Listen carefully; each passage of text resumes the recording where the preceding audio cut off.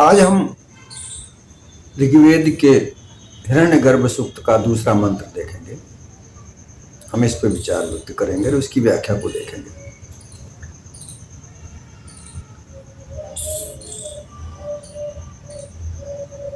इस संसार में सभी तरह के विचारक पैदा हुए।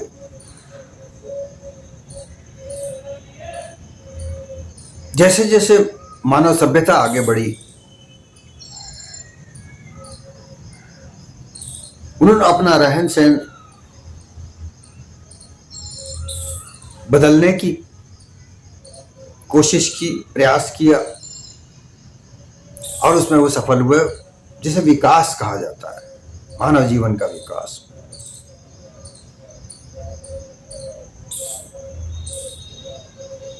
धीरे धीरे ये विकास क्रमता लिए हुए आगे बढ़ा।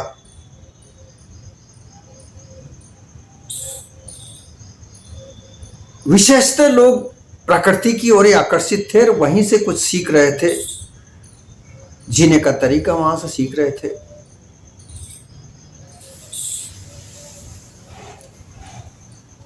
हजारों हजार लाखों तरह के विचारक पैदा हुए।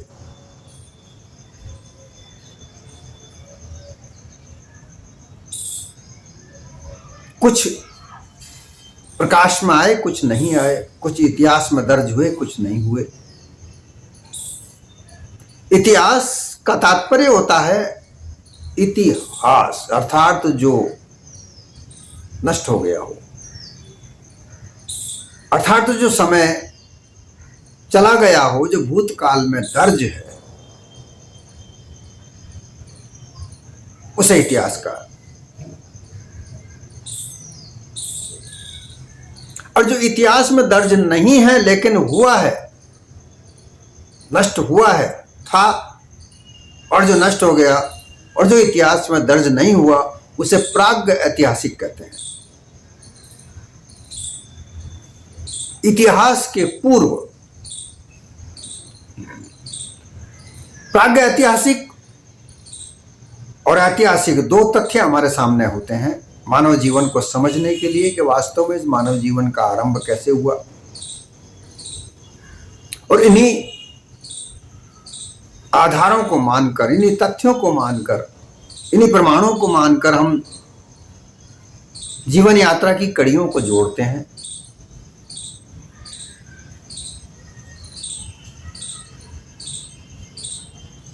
और विद्वानों ने यही किया है, वहां तक पहुंचे हैं।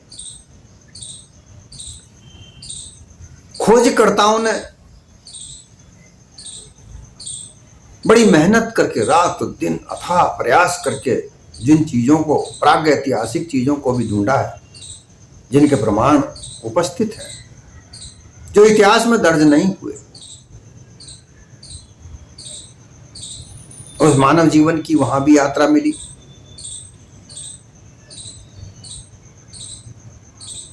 वो कैसे सीखते थे, कैसे जीते थे, ये प्रमाण वहां मिले।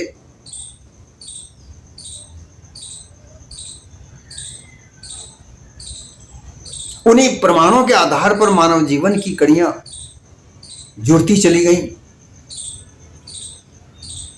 और वहां भी जब प्रागैतिहासिक लोगों का जीवन भी उन्हीं चीजों से जुड़ा हुआ था और विकास भी वह उन्हीं चीजों से कर रहे थे, ऐसा भी प्रमाणिक हुआ है। वो स्वयं का प्रयास ही वो कर रहे थे। वहां कोई अन्य शक्तियां नहीं थी। ईश्वर या गॉड या परमात्मा या ब्रह्म, ऐसी कोई अन्य शक्ति वहां मानव जीवन को सुधारने के लिए कोई नहीं थी। मानव ने जो भी सीखा, प्रकृति से सीखा। प्रकृति के आधार पर रहना सीखा। प्रकृति के साथ अपना सामंजस्य बनाने का प्रयास भी किया। और वो वहां पर संतुष्ट भी रहे। कि कुछ चीजें ऐसी होती हैं जो हमारे नियंत्रण में नहीं होती, आज भी हैं, कि हम दो तरह की वस्तुओं के साथ, चीजों के साथ हम जीते हैं। एक वो चीजें होती हैं जो हमारे नियंत्रण से बाहर हैं, एक वो चीजें होती हैं जो हम नियंत्रण कर सकते हैं।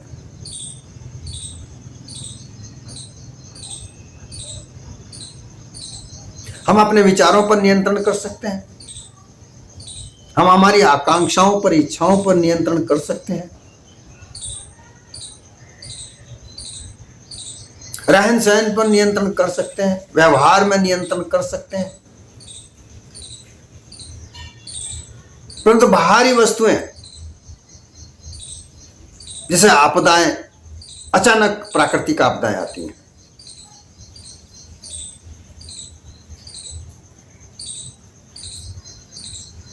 एक्सीडेंटल कारण, अचानक आकस्मिक कोई कारण उपस्थित हो जाता है, वो भी हमारे नियंत्रण में नहीं होता। कोई दूसरा क्या सोच रहा है, हम क्या सोच रहे हैं, हम बाजार में क्या लेने जा रहे हैं, कोई दूसरा क्या लेने जा रहा है, ये भी हम अपनी चीजों को नियंत्रण कर सकते हैं कि हम बाजार में जो लेने जा रहे हैं वही हम खरीदेंगे। परंतु हम दूसरे को नियंत्रण नहीं कर सकते कि तू ये वस्तु मत खरीद।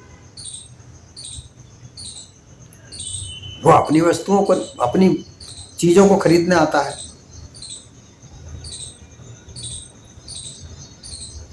और इन्हीं में से, इन दोनों में से ही एक चीज, तीसरी चीज निकल के आती है, एक सामंजस्यता। और इस सामंजस्यता में ही मानव जीवन का घालमेल हुआ है। अपने विचारों को दूसरों के ऊपर थोपना, ये जो प्रवृत्ति हुई, ये जो बहुत बाद में आई,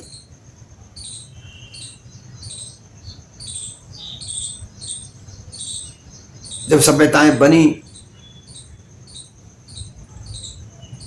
मानव जीवन उन्नत हुआ, धनधान्य का विकास हुआ, साम्राज्य बने, फिर उन साम्राज्यों को चलाने के लिए धन की आवश्यकता हुई। पहले धन नहीं हुआ करता था, वस्तु के बदले वस्तु अदला बदली हुआ करती थी, तब तक सब ठीक था। परंतु जैसे ही धन आया, वस्तु वितरण में धन माध्यम बना, वहीं से धन के प्रति आकर्षण बढ़ा,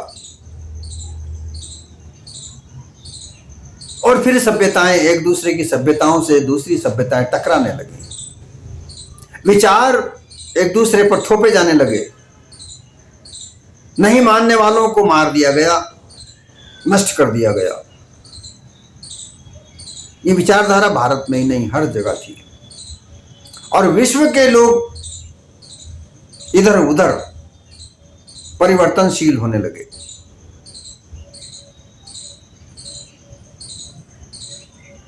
भारत में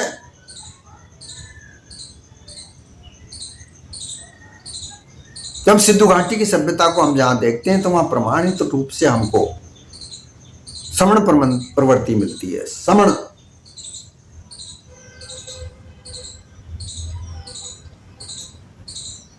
वाद मिलता है, जो कि बौद्ध धर्म का ही प्रारूप था। क्योंकि हमें ऐसा प्रमाण मिलता है कि गौतम बुद्ध के पहले 27 बुद्ध और हो चुके, 7 बुद्धों की तो मूर्तियां मिल चुकी हैं, उनके जन्म स्थान मिल चुके हैं, और वहां पर ही 27 बुद्धों के नाम भी मिले हुए हैं, लिखे हुए मिले हैं। और ये जो प्रमाण हमें सिंधु घाटी की सभ्यता तक संबंध करता है। इसी बीच में विभिन्न प्रकार की विश्व में सभ्यताएं फैली, विकसित हुई, मूल रूप से बड़े बड़े जो सभ्यताएं बनी, यहूदियों की, फारसियों की, ईसाइयों की,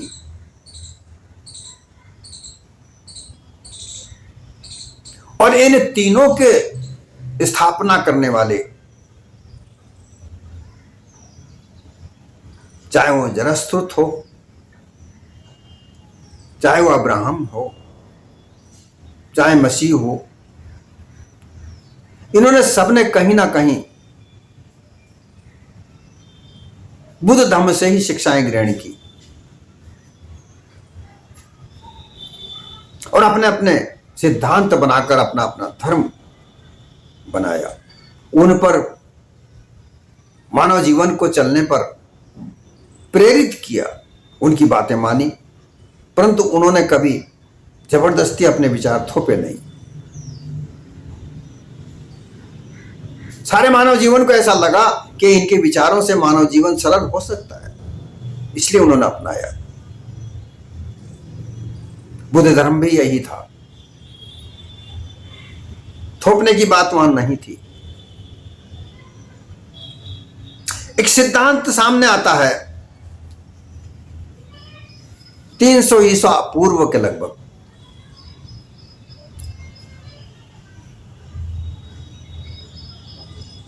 इसको स्टोइकवाद कहते हैं।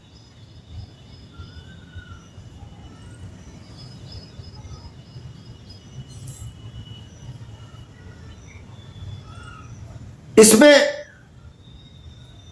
जो सामने चीजें जो आती हैं, इस सिद्धांत की जो बात हम सामने देखते हैं,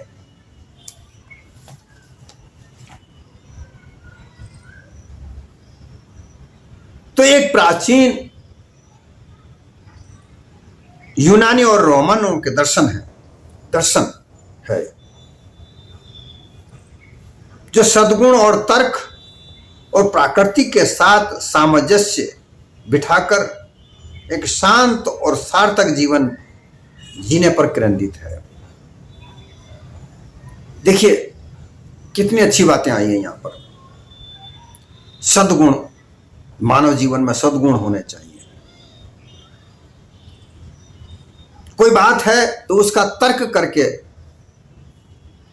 विश्लेषण, अर्थात विश्लेषण करके जो सही है उसे माने, प्रकृति के साथ सामंजस्य बिठाए, खिलवाड़ ना करे, विरोध ना करे, क्योंकि प्रकृति से कोई विरोध कर नहीं सकता है। उसके साथ खिलवाड़ अर्थात पेड़ों को काटना, प्राकृतिक सौंदर्य को बिगाड़ना, ऐसा खिलवाड़ ना करे, उनके साथ सामंजस्य बिठाए और शांत, कोलाहल रहित, वितंड उदंड अनैतिकता ये नहीं होनी चाहिए।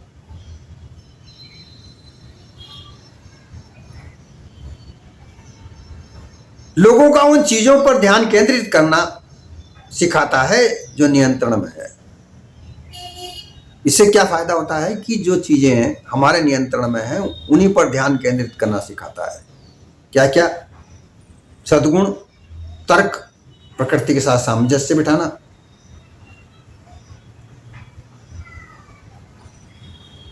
अब अपने केंद्र में, अपने नियंत्रण में वह चीजें हैं जो हमारे विचार हैं। हमारे मन में कई प्रकार के विचार उठते हैं, तो क्या सारे माने जाएंगे? तुम झूठ बोलोगे तो कोई क्या सारा झूठ बोलेगा? तुम छल कपट पाखंड करोगे तो क्या सभी मान लेंगे? उसे तर्क के साथ विश्लेषण करके सही बात हो उसे मान लेना, यह अपने विचारों का नियंत्रण करना है।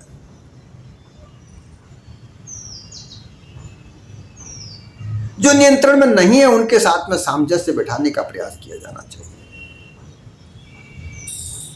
जैसे बाहरी घटना है, हमारे अलावा किसी दूसरे के विचार हैं, अगर जो विचार सामंजस्य बिठाने लायक हैं, जिससे कोई मानव जीवन के लिए नुकसान नहीं है, जो लोभ लालच पाखंड के रहित हैं उन्हें मानने में कोई बुराई नहीं होती। लेकिन पाखंडवाद को फैलाने के लिए, लोभ लालच के प्रवृत्ति के लिए अगर जो विचार दूसरों पर थोपे जाएं, उन्हें नहीं मानना चाहिए, उनसे तर्क करना चाहिए।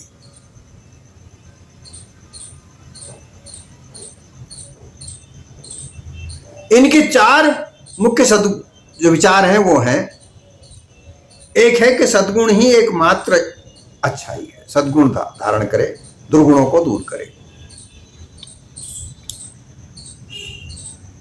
नियंत्रण की वैधता है, इसमें अपने चिंतन, अपने विचार, अपनी आकांक्षा, इच्छाएं, अपने उपयोग उपभोग, इन पर नियंत्रण करना चाहिए।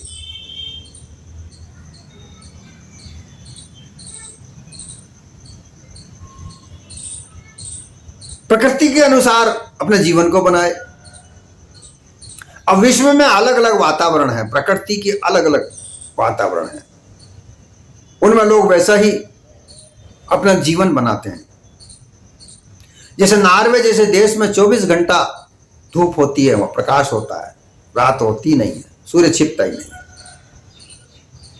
तो वहां वैसे ही लोग, उनका विचार ही वैसा ही है, उनका वातावरण वैसा ही है, उनकी दिनचर्याएं वैसी ही हैं। कई लोग ऐसे हैं जहां अंधेरा ही अंधेरा है, परंतु वहां मानव जीवन बहुत कम है। कई जगह भूकंप आए दिन आते हैं, कई जगह ज्वालामुखी फटते हैं, कई जगह समुद्र की लहरें नुकसान करती हैं,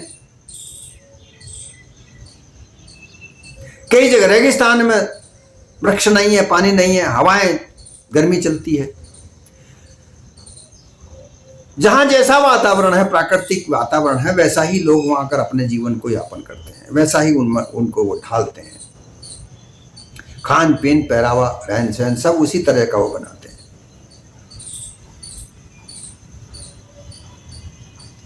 और भावनाओं पर नियंत्रण करना। भावनाओं तो कई तरह की होती हैं, क्या उन भावनाओं पर सभी पर काम करना चाहिए, उनको प्रेषित करनी चाहिए,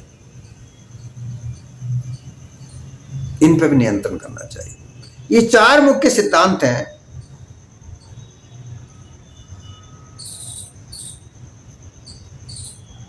हालांकि इन विचारों को हम देखें तो मानवता के उत्प्रेत हैं।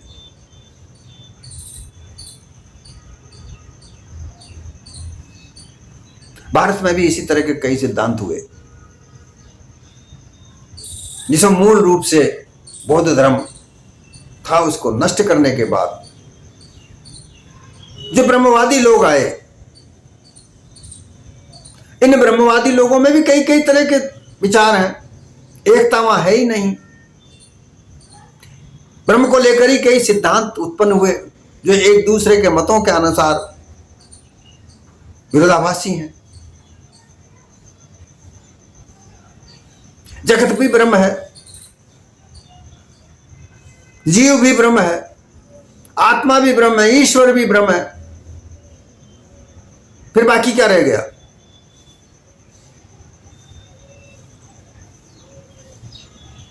अनुमान कल्पना की अधिकता यहां ज्यादा देखी जाती है, ना कोई नैतिकता को यहां स्थान है, ना जीवन सुधार का कोई स्थान है, उन पर कभी कहीं ध्यान ही नहीं है। बस मानव जीवन से अलग हटकर बस कल्पना में जीते रहो, और कल्पना से कभी किसी का कोई कल्याण नहीं होता। यही बात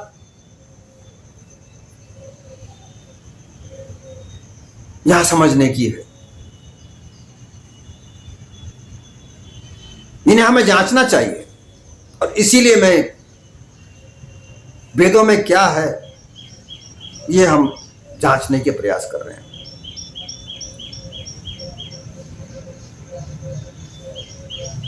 आज हम हिरण्यगर्भ सूक्त का दूसरा मंत्र देखेंगे। पहले हम उसे सुनेंगे, कि वो क्या कह रहे हैं और उसका अर्थ वास्तविक रूप से क्या निकल रहा है। पहले उस मंत्र को सुनते हैं। दूसरा मंत्र है ओम य आत्मदा बलदा यस्य विश्व उपासते प्रशिशं यस्य देवाः यस्य छायामृतं यस्य मृत्युः कस्मै देवाय हविषा विधेम। यह आत्मदा बलदा जो आत्मज्ञान अर्थात आध्यात्मिक उन्नति देने वाला है, और बलदा यानी शारीरिक सामर्थ्य, भौतिक संपत्ति या सांसारिक उत्कर्ष देने वाला है। यस्य प्रशिशम देवाः उपासते, जिसके नियम को, जिसकी व्यवस्था को सभी देव, जो जीवित देव हैं, माता पिता आचार्य अतिथि आदि, और जो जड़ देवता हैं, पृथ्वी व्यप तेज वायु आकाश सूर्य चंद्र आदि, वे सब स्वीकार करते हैं। यस्य छाया अमृतम, जिसकी शरण अमृत है, मोक्ष स्वरूप है। यस्य मृत्यु हो, और जिसकी छाया से, जिसकी शरण से, जिसकी स्वीकृति से भिन्न रहना, अलग रहना ही मृत्यु है। कस्मई देवाय हविषा विधेम, उस सुख स्वरूप परमेश्वर के प्रति हम आस्था, श्रद्धा और भक्ति अर्पित करें। मंत्र सुना और उसकी व्याख्या भी सुनी, कैसे किस तरह से वहां परमात्मा आत्मा वहां डाला गया है, जबकि वो मंत्रों में कहीं भी इस तरह का नहीं है। आत्मा शब्द आया जरूर है, परंतु उसका अर्थ अलग है। ये मंत्र है, जैसा कि आपने सुना भी है, यह आत्मदा बलदा यस्य विश्व उपासते प्रशिशु यस्य देवा यस्य छायामृत अस्य मृत्यु किम देवस्य हविष्य विधेन। अब यहां पर इसके चार भाग से हम अलग अलग अर्थ करते हैं। यह आत्मदा बलदा, जो आत्म और जीवन बल देती है। अब यहां कोई ईश्वर या परमात्मा की बात नहीं है कि वो देने वाला है, यहां प्रकृति की बात हो रही है। प्रकृति के साथ सामंजस्यता बिठाया जा रहा है।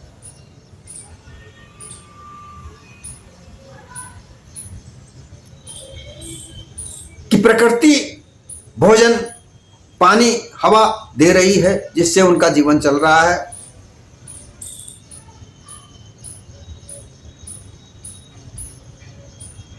आत्मदा बलदा अर्थात अपने आप को बल देने वाली यह प्रकृति,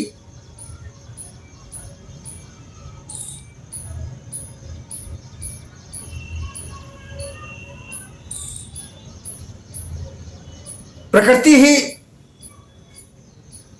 जीवन को बल दे रही है। प्रकृति ही बल का तात्पर्य यहां पर जो मानव जीवन को पोषण करने के लिए जो चीजें हैं, जो भौतिक वस्तुएं जो वहां दिख रही हैं, जिनसे मानव जीवन को बल मिल रहा था, और जीवन को ही आत्म कहा गया है।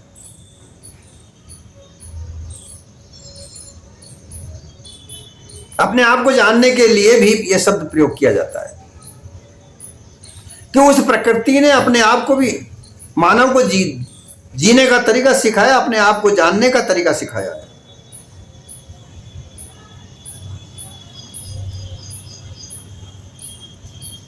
यस्य विश्व उपासेत प्रशिष्य यस्य देवा,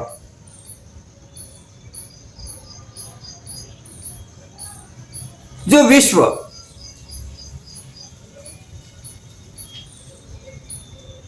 उपासित,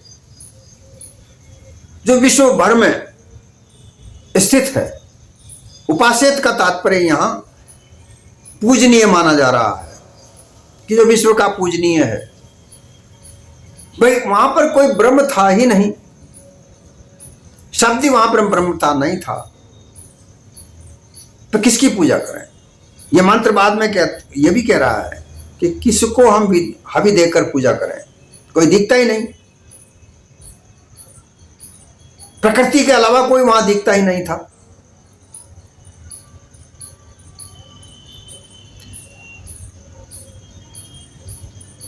विश्व भर में वही मानव ही दिख रहा था, जिसे विश्व जीव भी कहते हैं। जो आगे चलकर इसकी जो व्याख्या की गई है, विश्व जीव, तेजस जीव, ये वहां पर था। अर्थात तो उस मानव ही था, मानव के अलावा कोई नहीं था। मानव ये सोच रहा था कि हम पूजा करें तो किसकी करें, हम धन्यवाद दें तो किसको दें।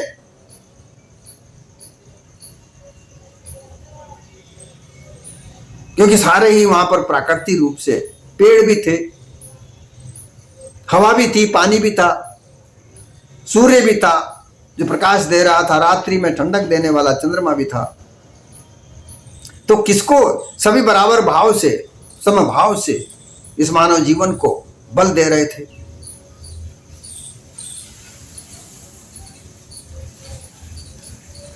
यस्य छायामृत यस्य मृत्यु,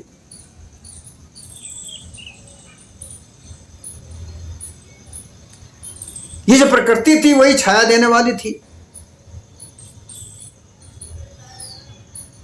और यही दुख देने वाली थी। जहां कहीं भी छाया नहीं होती थी तो सूर्य की प्रकाश, प्रचंड गर्मी दुख भी देती थी।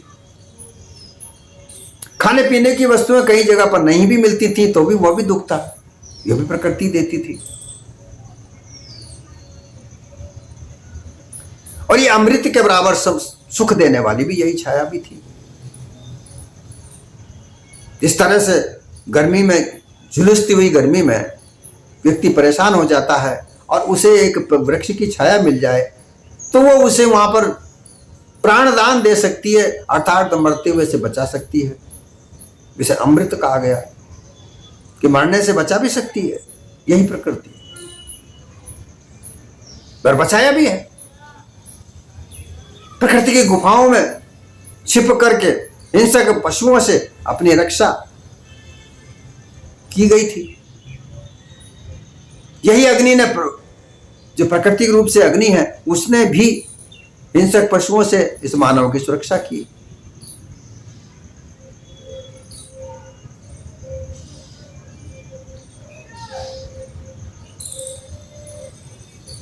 कस्मे देवाय हविषा विधेम, हम किस देवता को हविष्य देकर पूजा करें, किसको दें?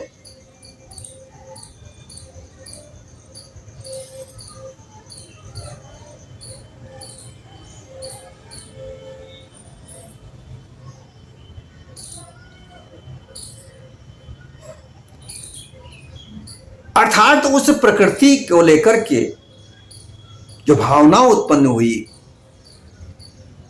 जहां कोई देवता नहीं, देवता का तात्पर्य होता है कोई जो देने वाला हो, तो वह देने वाली अगर थी तो वहां पर प्रकृति थी, वृक्ष, नदी, नाले, वायु, सूर्य, चंद्र। बाद में सूर्य और चंद्र को मानने वाले सूर्यवंशी और चंद्रवंशी भी बने। किसी ने सूर्य को देवता मान लिया, वो पूजा करने लगे, वो सूर्यवंशी हो गए।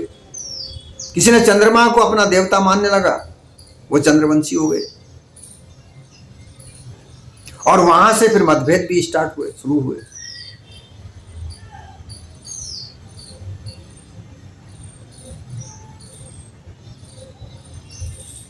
इन मंत्रों को तोड़ मरोड़ के अर्थ बदलकर,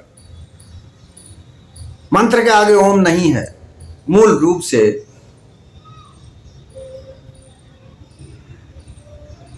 जो ओम का उच्चारण करके जो मंत्र आपको देखा गया है आपने अभी, उसमें ओम वहां मूल रूप से लिखा हुआ नहीं होता। हम जो लोग समझते हैं कि ओम सबसे पहले हुआ, बहुत बाद में शब्द ब्रह्म की जब अवधारणा चालू हुई,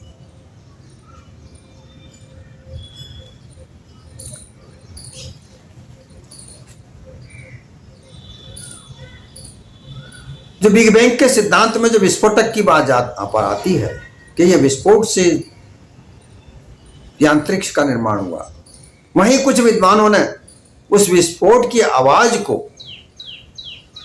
शब्द ब्रह्म कहकर पुकारा।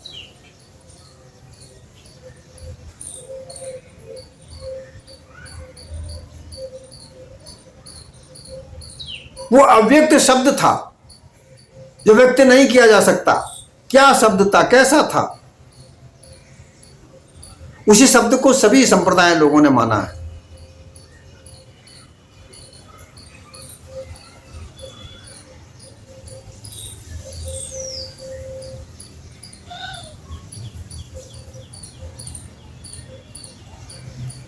फारसी, यहूदी उस शब्द को लोगोस करके पुकारा। लोगोस।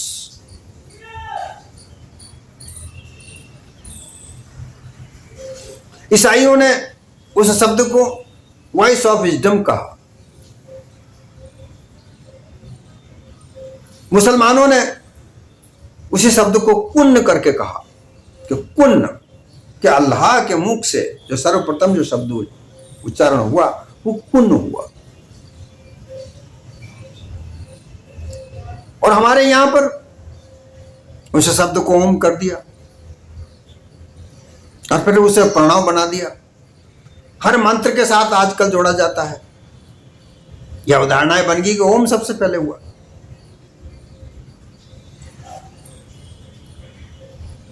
ये अवधारणाएं पहले पाश्चात्य देशों में हुई, क्योंकि प्रमाण है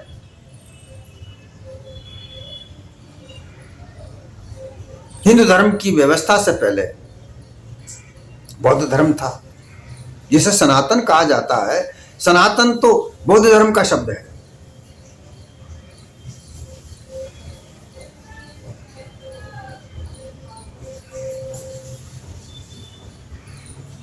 बौद्ध धर्म में यह बौद्ध सनातन शब्द हुआ। जो सनातन है, जो नहीं मिटता, जो सदा रहता है, वह जीव है। जीव ही सनातन है। जब से सृष्टि बनी है, जहां धर्म अधर्म कुछ नहीं था, मानव जीवन का जीवन प्रकृति के आधार पर था। प्रकृति के आधार पर वो चल रहे थे। वहां क्या धर्म था, क्या अधर्म था? धर्म अधर्म तो तब उत्पन्न हुआ कि जब कोई सिद्धांत बने, जैसा कि हम चर्चा कर रहे हैं कि मानव को ऐसे रहना चाहिए, अपने विचारों को कंट्रोल करना चाहिए, अपनी इच्छाओं को कंट्रोल करना चाहिए, नियंत्रण में रखना चाहिए, अपनी भावनाओं को नियंत्रण में करना चाहिए। भावनाओं को अनियंत्रित करे वो अधर्म है। अपने विचारों को अनियंत्रित कर दे वो अधर्म है।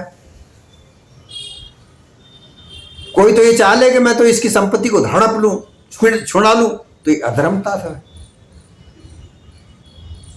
कोई ये चाह दे कि मैं तो इस आदमी को मार दूं, तो इसकी सारी संपत्ति हड़प लूं, इसकी औरत को छुड़ा लूं, ये अधर्म है।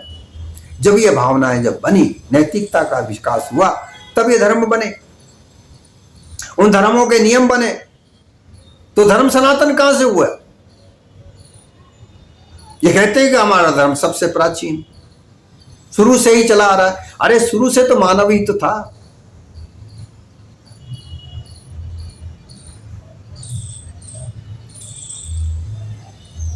इसी में चलकर, शब्द ब्रह्म पर चलकर वाणियों का निर्णय हुआ है, निर्माण हुआ है।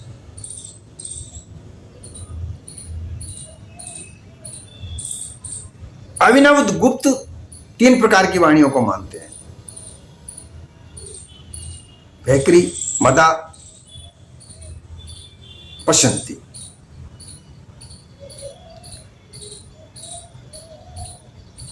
एक कई विद्वान थे, वो भी 3 ही मानते थे, लेकिन आगे चलकर भर्तृहरि हुए। उन्होंने वाक् प्रदीप में इसका बड़ा विश्लेषण किया है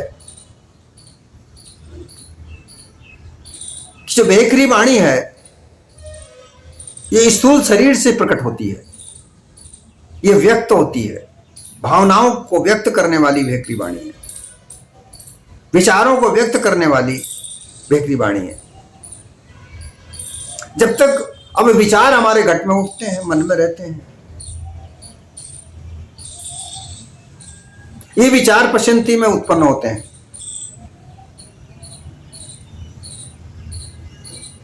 स्थायी रूप से पश्चंती में इसका निर्माण होता है।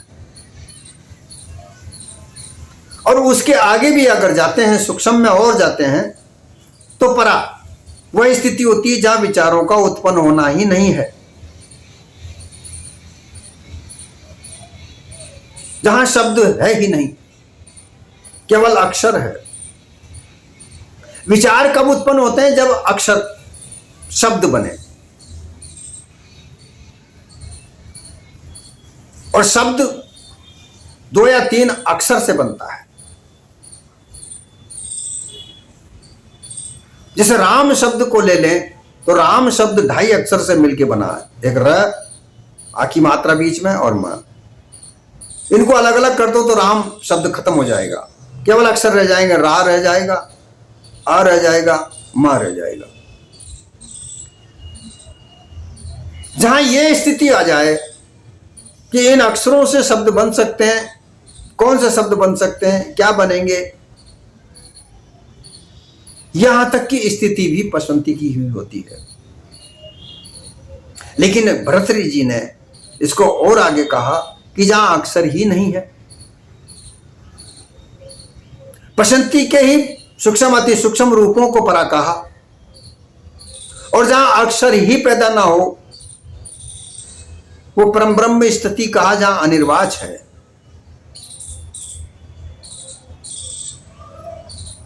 इन्हीं परिस्थितियों को, इन्हीं इच्छाओं को, जो व्यक्त अव्यक्त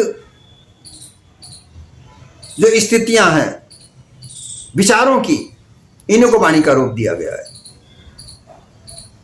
जो अव्यक्त विचार हैं वो व्यक्त होते हैं भेखरी वाणी से, लेकिन उनका माध्यम क्या है? वो मध्यमा वाणी, जिसको मध्यमा कहा, क्योंकि माध्यम क्या है? कंठ है। कंठ में वो विचार आ जाते हैं, पर कहते हैं कि उसका बोलना तो चाह रहा है लेकिन वो बोल नहीं पा रहा है। पता लग जाता है कि उसके कंठ में कुछ विचार तो उत्पन्न हो रहे हैं, वो बुदबुदाता भी है, सूक्ष्म रूप से बोलता भी है। तो वो उसका माध्यम जो भेखरी तक लाए वो मध्यमा वाणी है। इन्हीं के आधारों पर हमने फिर आगे चल के विद्वानों ने, परंतु इसमें सहयोग पूरा भर्तृहरि जी का है। उन्होंने वाक् प्रदीप नाम का शास्त्र इस पर लिखा है। फिर आगे और विद्वान आए जिन्होंने उनमें सामग्रियों के आधार पर इन वाणियों का प्रारूप बनाया। मध्यमा में ये है, भेखरी में ये है, ये माया का प्रसार कर रही है, ये माया में आकर बोल रही है, ये माया है। हालांकि शब्द जो आवरण में रहता है, जो ढका रहता है, वही माया है। आवरण खुलता है माया का तो अव्यक्त वाणी बनती है। जब तक शब्द आवरण में रहता है तब तक माया का बंधन है।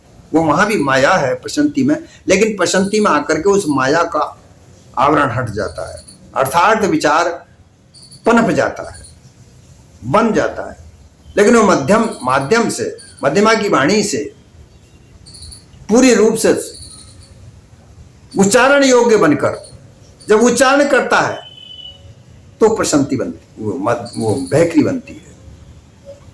और जो विचार ही ना उठे, विचार ही ना बने, तो इसकी सूक्ष्मता परा है।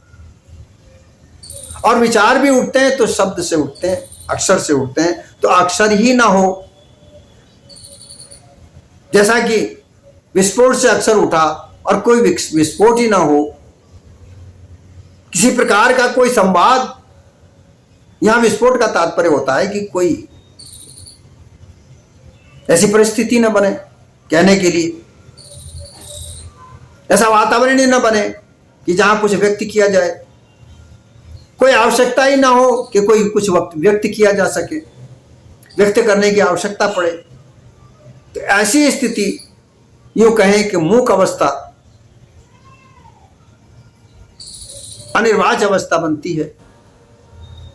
और वहीं तक विद्वान विचार करते हैं, ध्यान करते हैं, उस शब्द को सुनने का प्रयास करते हैं जो प्रकृति में अनहत रूप से उच्चारण, क्योंकि प्रकृति में शब्द एक बार उत्पन्न हुआ वो नष्ट नहीं होता, वो प्रकृति में चलता रहता है। इसीलिए उनको प्राप्त करने के लिए ध्यान किया जाता है।